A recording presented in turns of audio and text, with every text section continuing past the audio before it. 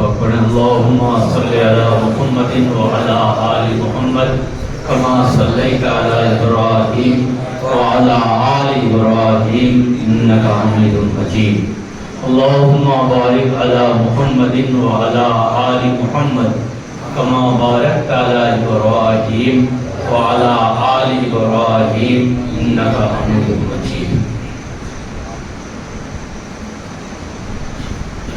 جو لوگوں کا شکر ادا نہیں کر سکتا وہ اللہ کا شکر ادا نہیں کر سکتا۔ حوصلہ افزائی سے لوگوں کو ایک ڈھارس بنتی ہے، نیا حوصلہ ملتا ہے اور نیا امنگ پیدا ہوتا ہے اور کچھ کل گزرنے کے لیے صلاحیتیں پیدا ہوتی ہیں۔ الحمدللہ آپ کے یہ فاضل جوانوں نے بڑی اچھی، بڑی صاف ستھری اور بڑی گہری اور نفیس باتیں آپ کے سامنے رکھی۔ بہت کم وقت میں بہت ساری اچھی باتیں لگاتار وہ آپ کے سامنے رکھتے رہے، ہے نا۔ یہ ہماری نفس کی کاہلی ہے کہ ہم کبھی کبھی جھوم رہے تھے اور آنکھ بند ہو رہی تھی اور گھوم رہے تھے،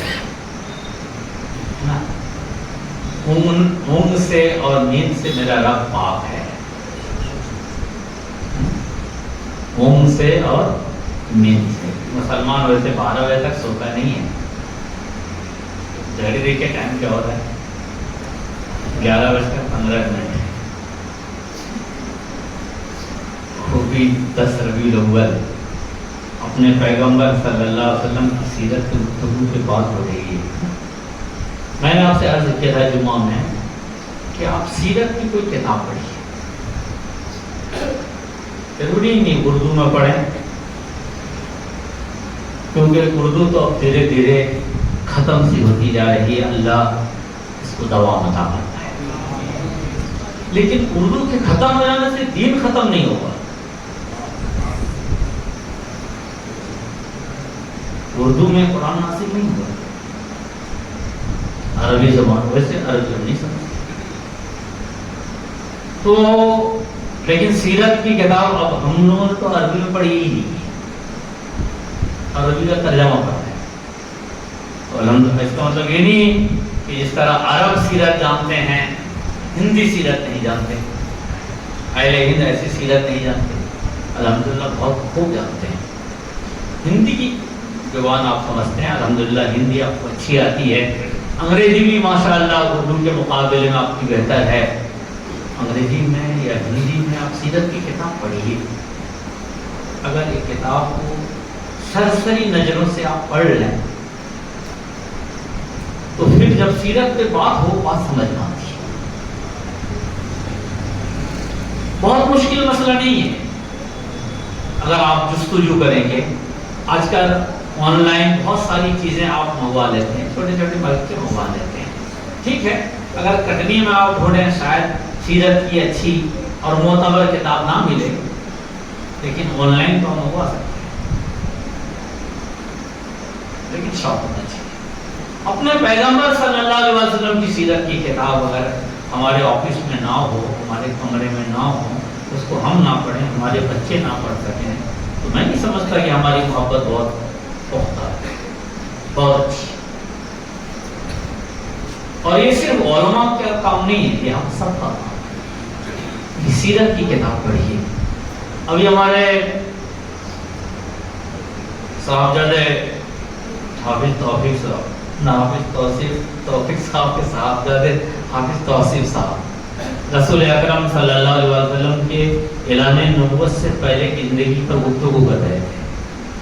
اس میں انہوں نے کئی باتیں بتائیں، وہ ساری باتیں سیرت کی کتابوں میں موجود ہیں، لیکن اس بات کو آپ کس شکل میں لیتے ہیں یہ آپ کی معلومات اور آپ کی سوچ و فکر پر ڈیپینڈ کرتا ہے۔ اگر وہ باتیں آپ کو معلوم ہو تو باتیں سمجھ میں بھی آئیں گی۔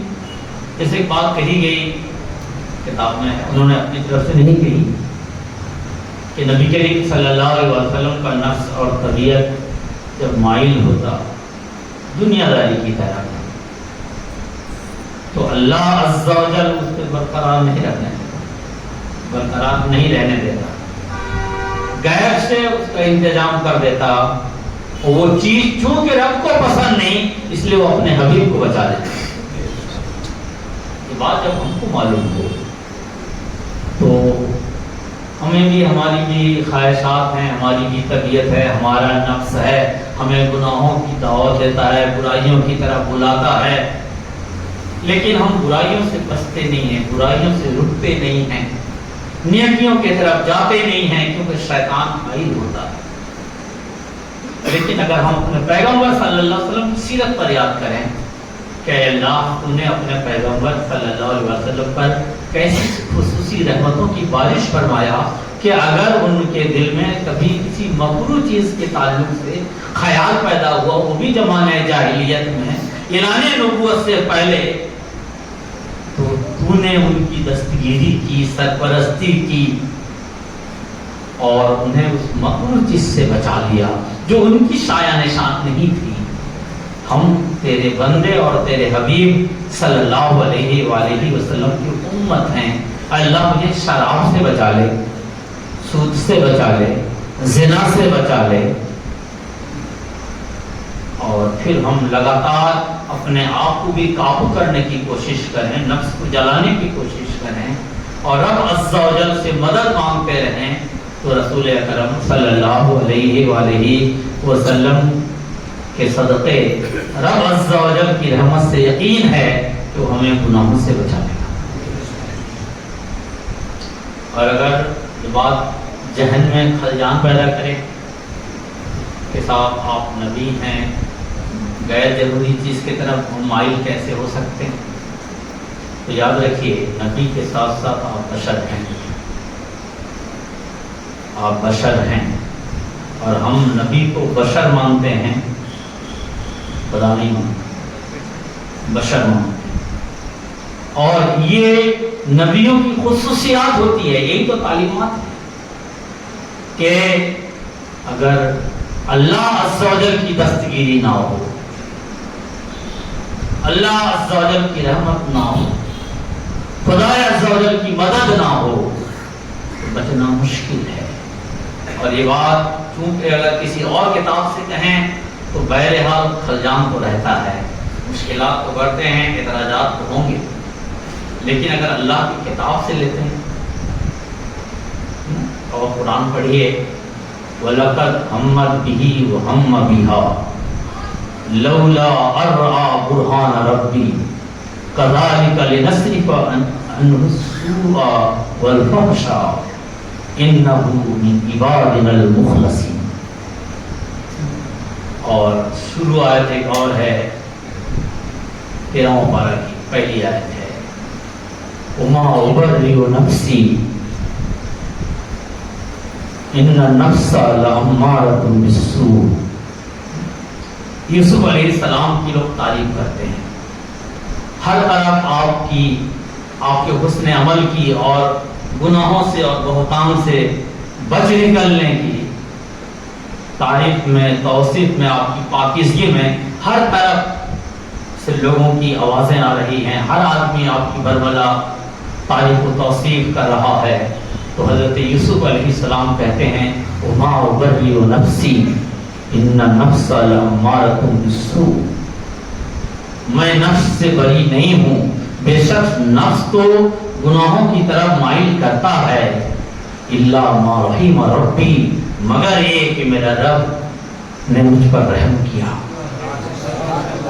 یعنی اگر ہم گناہوں سے بچتے ہیں تو اس میں ہمارا کمال نہیں، یہ میرے رب کی ذات ہے۔ ان ربی غفور رحیم، بے شک میرا رب بہت زیادہ معاف کرنے والا اور بہت زیادہ بخشنے والا ہے۔ پہلی آیت جو میں نے پڑھی وہ یہ وَلَقَدْ هَمَّتْ بِهِ هَمَّ بِهَا، اور انہوں نے قصد کیا اور وہ بھی قصد کرتے ہیں، لولا ان رأى برہان ربی، اگر رب عز و جل کی برہان نہ دیکھ لیتے رب عز و جل کی مدد شامل حال نہ ہوتی. زلیخا بلا رہی تھی، کھلے لفظوں میں دعوت دے رہی تھی، اور ایک مرد کا اس اجحان بھری کیفیت سے بچ نکلنا آسان نہیں ہوتا. اس کیفیت کو رب نے بیان کیا اور کہا کہ میں نے بچایا، میں نے دلیل کی، اور میں نے ایسے حالات پیدا کیے کہ یوسف کے دل میں اس کا خیال تک نہیں پہنچا. تو اللہ عز و جل کی رحمت اور اس کی مدد شامل حال رہے. یہ نبیوں کی زندگی جب ہم پڑھتے ہیں تو یہ ہمیں اس کا علم ہوتا ہے، اس کی جانکاری ملتی ہے. نبی کریم صلی اللہ علیہ وسلم نے وراثت میں مہاجرین کو حصہ دلایا. تب جب مسلمانوں کو ضرورت تھی. حافظ مختار صلی اللہ کا جو عنوان تھا، اس کا جو لب لباب تھا، وہ یہ تھا کہ انصار و مہاجرین میں اپنا بھائی چارہ قائم کیا، اور بھائی چارے کو یہاں تک لے آئے کہ ایک انصار اگر انتقال کر جاتے تو ان کا چھوڑا ہوا مال کا وارث مہاجر نہیں جاتا. اور صحابہ اس پہ فخر کرتے، کہا کہ وہ جو میرا سگا بھائی ہے یا ہماری اولاد ہے، اس پہ تو ہمیں شک ہے، ہو سکتا ہے ہماری اولاد نہ ہو، لیکن یہ تو ہمارا دینی بھائی ہے، اس میں کیا شک ہے. یہ اللہ وحدہ لا شریک کو ایک مانتا ہے، پیغمبر آخر الزمان صلی اللہ علیہ وسلم کو آخری پیغمبر مانتا ہے. پھر مسلمانوں کی سادگی دیکھیے اور مہاجرین کی خودداری دیکھیے. آج ہماری وہ خوری کی عادت ہے، اگر ہمیں کہیں کسی نے ایک بار چائے پلا دیا تو ہم بار بار نظر دوڑاتے ہیں کہ وہ بلائے، چائے پلائے، ناشتہ کرائے، دعوت دے. لیکن صحابہ ایسے نہیں تھے. انصار سب کچھ لٹانے کے لیے تیار تھے، مگر مہاجرین کے اندر ایسی خودداری تھی، وہ بغیر شدید مجبوری کے کسی چیز کا استعمال کرنا پسند نہیں کرتے تھے.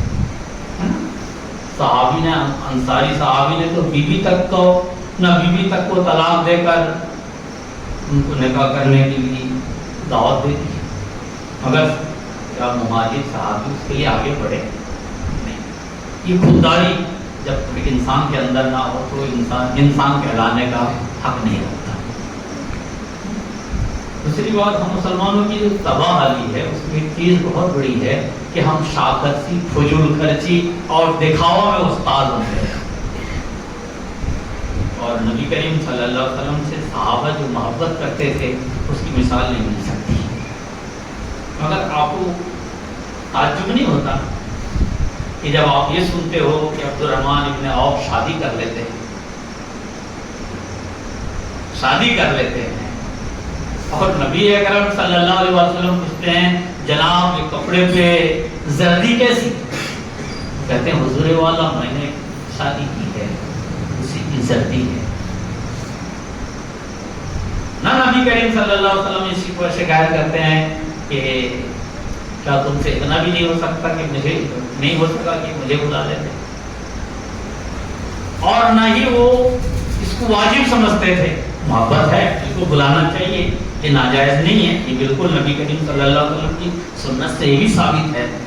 لیکن حالات کے پیش نظر اگر ایک سچا محبت کرنے والا اصول اور ضابطے پر عمل کر لیتا ہے تو وہ لائق طنز نہیں بلکہ لائق شاباشی. ہاں، نبی کریم صلی اللہ علیہ وسلم نے نبیوں کی ایک سنت کی طرح انہیں راغب ضرور کیا کہ ولیمہ ضرور کر لینا، چاہے ایک ہی بقرہ سے. تو آج کی گفتگو ایک طریقے سے ختم ہونے جا رہی ہے. میں چاہ رہا ہوں سیرت پر ایک حدیث سن لیں، پھر انشاءاللہ صلی اللہ علیہ وسلم درود پاک پڑھیں صلی اللہ علیہ وآلہ صلی اللہ علیہ وآلہ وسلم. صلاۃ و سلام علیک یا رسول اللہ وعلی آلک و اصحابک. بات سیرت کی ہو رہی ہے. سیرت کی کئی کتابوں میں یہ واقعہ لکھا ہے جو ہم آپ کے سامنے پڑھنے جا رہے ہیں۔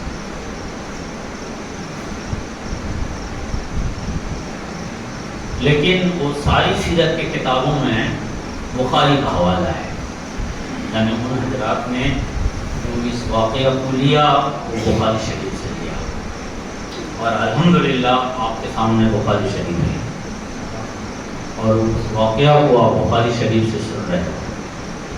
اور بخاری شریف وہ کتاب ہے جو اللہ کی کتاب قرآن کے بعد سب سے عظیم ترین کتاب ہے۔ اگر آپ یہ سمجھتے ہیں یا ہمارا نفس ہمیں ایسا کوئی حرص دیتا ہے، دھوکہ دیتا ہے کہ یار گھر میں رہتے آرام کرتے کیوں جاگ رہے ہیں، تو کم سے کم ہم نفس کو جواب دے سکتے ہیں کہ میاں وہ کتاب جو اللہ کی کتاب کے بعد سب سے عظیم کتاب ہے، اس کتاب سے ہم نے ایک حدیث سنا ہے، ایک حدیث سنا ہے۔ پہلے حدیث سن لیتے ہیں۔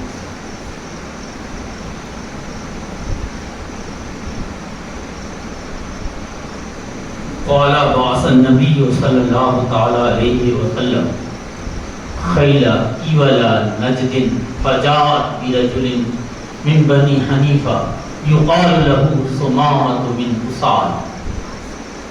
حضرت ابو ہریرہ رضی اللہ تعالیٰ عنہ کہتے ہیں کہ رسول اکرم صلی اللہ علیہ وآلہ وسلم سے سنا، وہ بیان کرتے ہیں کہ نبی اکرم، وہ حضرت ابو ہریرہ رضی اللہ تعالیٰ عنہ سے سنا، راوی کہتے ہیں کہ نبی اکرم صلی اللہ علیہ وآلہ وسلم نے نجد کی طرف گھوڑ سواروں کو بھیجا، وہ بنی حنیفہ کے ایک مرد کو پکڑ کر لے آئے جن کو ثمامہ بن اسال کہا جاتا تھا۔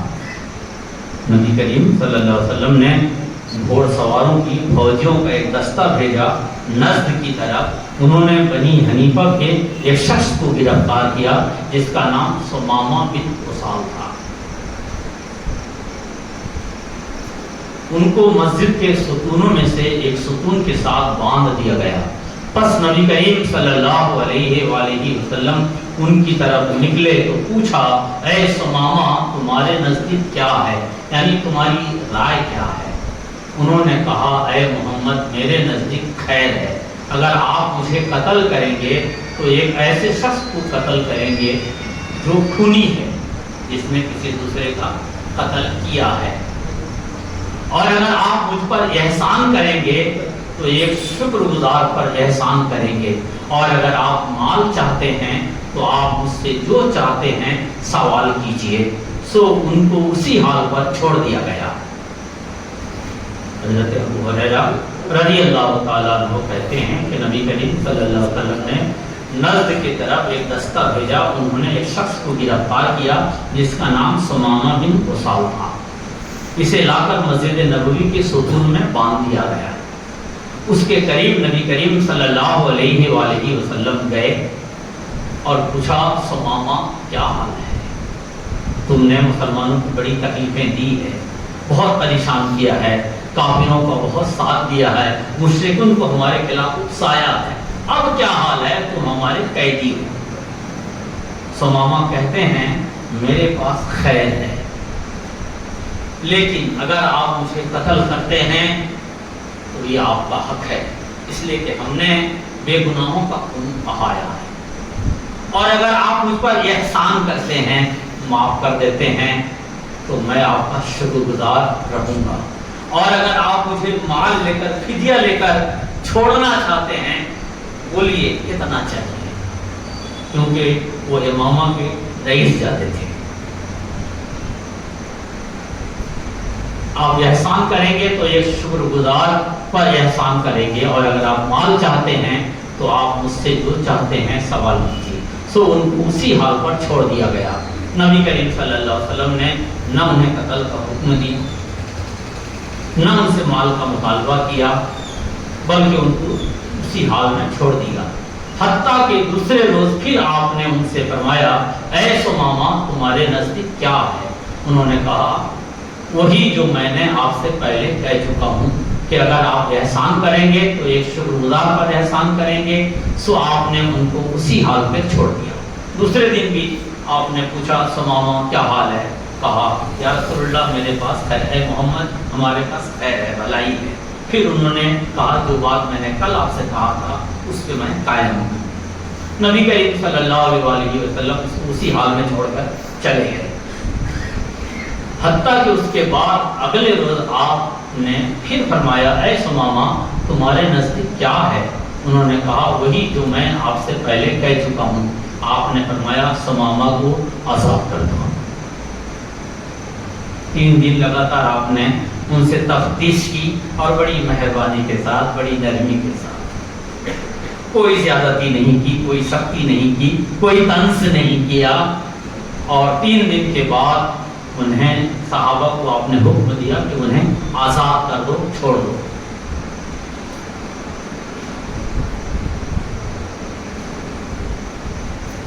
پس وہ مسجد کے قریب ایک کھجور کے باغ کی طرف گئے. پس وہاں غسل کیا، پھر مسجد میں داخل ہوئے. پھر کہا میں گواہی دیتا ہوں اللہ کے سوا کوئی عبادت کا مستحق نہیں، اور میں گواہی دیتا ہوں کہ محمد صلی اللہ علیہ وآلہ وسلم اللہ کے رسول ہیں. تیسرے دن جب آپ نے ان کو چھوڑ دیا تو وہ سیدھا اپنا بوریا بستر لے کر وہاں سے چلے گئے، اور ایک پیڑ کے آڑ میں انہوں نے اپنے کپڑے رکھے اور تازہ غسل کیا، اور پھر مسجد نبوی شریف کی طرف لوٹے اور کہا اشہد اللہ الہ الا اللہ وحدہ لا شریک لہ واشہد ان محمدا عبدہ ورسولہ. اور وہ مسلمان ہو گئے. کہنے لگے اے محمد اللہ کی قسم پہلے میرے نزدیک روئے زمین پر آپ کے چہرے سے زیادہ مبغوض کوئی اور چہرہ نہیں تھا، اور اب آپ کا چہرہ میرے نزدیک تمام چہروں سے زیادہ محبوب ہے. اللہ کی قسم اے محمد آج سے پہلے سارے چہروں سے زیادہ چہرہ نفرت زدہ تو آپ کا تھا، لیکن آج آپ کا چہرہ مجھے روئے زمین میں سب سے زیادہ محبوب اور پسندیدہ ہے. اور اللہ کی قسم پہلے میرے نزدیک کوئی دین آپ کے دین سے زیادہ ناپسندیدہ نہ تھا، اور اب آپ کا دین میرے نزدیک محبوب اور پسندیدہ ہے. کل تک میں اسلام کو بالکل پسند نہیں کرتا تھا، لیکن آج اس کے لیے مرنے کو تیار ہوں، اور آپ کا دین میرے نزدیک تمام ادیان سے زیادہ محبوب ہے. اور اللہ کی قسم پہلے آپ کا شہر میرے نزدیک تمام شہروں سے زیادہ ناپسندیدہ تھا، اور اب آپ کا شہر میرے نزدیک تمام شہروں سے زیادہ پسندیدہ ہے. آپ کا چہرہ ناپسندیدہ تھا، اب پسندیدہ ہے. آپ کا دین ناپسندیدہ تھا، اب پسندیدہ ہے. آپ کا شہر ناپسندیدہ تھا، اب پسندیدہ ہے. اور بے شک آپ کے گھوڑ سواروں نے مجھے گرفتار کر لیا، اور میں اس وقت عمرہ کرنے جا رہا تھا. اور اے محمد صلی اللہ علیہ وآلہ وسلم میں اپنے قبیلہ سے نکلا تھا عمرہ کرنے کے لیے، تب آپ کے گھوڑ سواروں نے مجھے گرفتار کر لیا. اب میں کیا کروں؟ انہوں نے مسئلہ پوچھا. رسول اکرم صلی اللہ علیہ وآلہ وسلم نے فرمایا کہ تم جاؤ اور عمرہ ادا کرو. اب آپ کیا فرماتے ہیں؟ رسول اکرم صلی اللہ علیہ وآلہ وسلم نے ان کو بشارت دی اور ان کو عمرہ کرنے کا حکم دیا. سو جب وہ مکہ میں آئے تو ان سے کسی کہنے والے نے کہا کیا تم اپنے دن سے نکل گئے ہو؟ لوگوں کو پتہ چل گیا کہ مدینہ سے آ رہا ہے، مسلمانوں جیسا حلیہ بنایا ہوا ہے، اور مسلمانوں جیسا کلام کر کہہ رہا ہے لبیک اللہم لبیک لبیک لا شریک لک لبیک ان الحمد والنعمت لک والملک لا شریک لک. تو یہ جو تم کہہ رہے ہو تو تم دین سے بے دین ہو گئے، صافی ہو گئے، نئے دین اختیار کر لیے.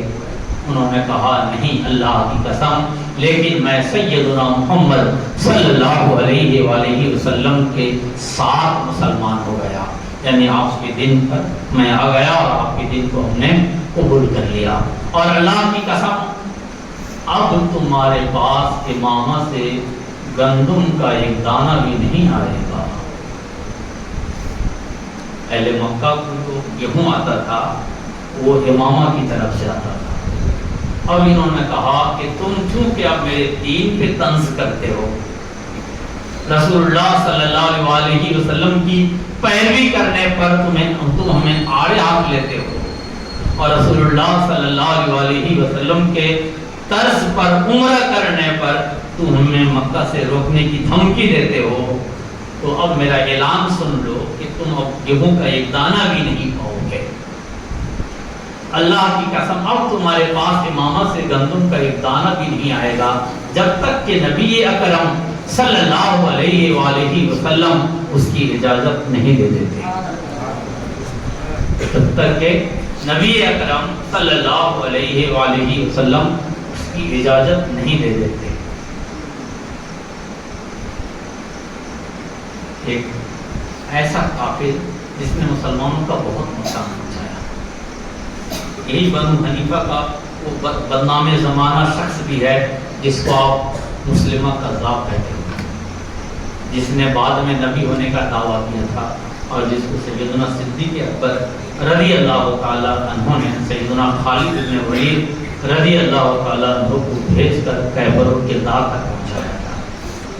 اسی بنو حنیفہ یہ شخص بھی تھے ثمامہ بن قصار رضی اللہ تعالیٰ عنہ، نبی اکرم صلی اللہ علیہ وسلم سے ہر درجہ نفرت کرتے تھے، لیکن رسول اللہ صلی اللہ علیہ وسلم کی نرم رویہ، احسان اور رحمت للعالمین نے انہیں رسول اکرم صلی اللہ علیہ وسلم کا ایسا گرجیدہ بنایا کہ وہ ان کے دین میں بھی داخل ہو گئے، شہر کو بھی پسند کرنے لگے، اور اہل مکہ جن سے ان کا تانا بانا تھا، دوستی تھی، اور ان کے اشارے پر یہ بندہ چلتا تھا، وہاں جا کر برملا اعلان کیا کہ اب نبی محترم صلی اللہ علیہ وسلم کی اجازت اور اشارے کے بغیر تمہیں گیہوں کا ایک دانہ نہیں ملے گا، اور پھر جا کر وہ اپنا گیہوں انہوں نے روک دیا۔ اہل مکہ پریشان ہو گئے، اور ان کو پتہ چل گیا کہ اب رسول اللہ صلی اللہ علیہ وسلم کی شفاعت اور سفارش کے بغیر ہمیں گیہوں کا ایک دانہ نہیں ملنے والا۔ انہوں نے اپنا نمائندہ بھیجا رسول اکرم صلی اللہ علیہ وآلہ وسلم کے پاس۔ رسول محترم صلی اللہ علیہ وسلم بغیر کسی شرط کے ثمامہ بن قصال کو حکم دیا کہ اہل مکہ کو تم گیہوں جیسے پہلے دیتے تھے ویسے دیتے رہو۔ یہ نبی کریم صلی اللہ علیہ وآلہ وسلم کی سنت ہے۔ آج اس دور میں ہم ہیں اور جن فتنوں کے شکار ہیں ہم، اگر ہم نبی کریم صلی اللہ علیہ وآلہ وسلم کی اس سیرت کو نگاہوں کے سامنے رکھیں، نبی کریم صلی اللہ علیہ وآلہ وسلم کی اس سنت کو نگاہوں کے سامنے رکھیں، تو آج دیکھیے بہت سارے مسائل ہمارے بغیر کسی جد و جہد کے حل ہو جائیں گے، اور بہت ساری مسائل اور مصیبتیں ہم پر اس لیے آ رہی ہیں کہ ہم ہڑ دھڑ بھی کرتے ہیں، غصہ کو قابو میں نہیں رکھ پاتے، بیجا غصہ، بیجا گالی گلوج اور دوسرے کی بے عزتی، دوسرے کو نقصان پہنچانا، اذیت دینا، گالی گلوج کرنا، دوسرے کی عزت کی طرف دیکھنا، یہ وہ چیزیں ہیں جو ہمیں دوسروں کے نظر میں ذلیل اور رسوا بنا دیتا ہے۔ یہ چیزیں نہ خدا عز و جل کو پسند ہیں، اور نہیں یہ اسلام کی عزت، نہ یہ اسلام کی عزت کا سبب ہے، بلکہ ہماری ان حرکتوں سے اسلام کو نقصان پہنچ رہا۔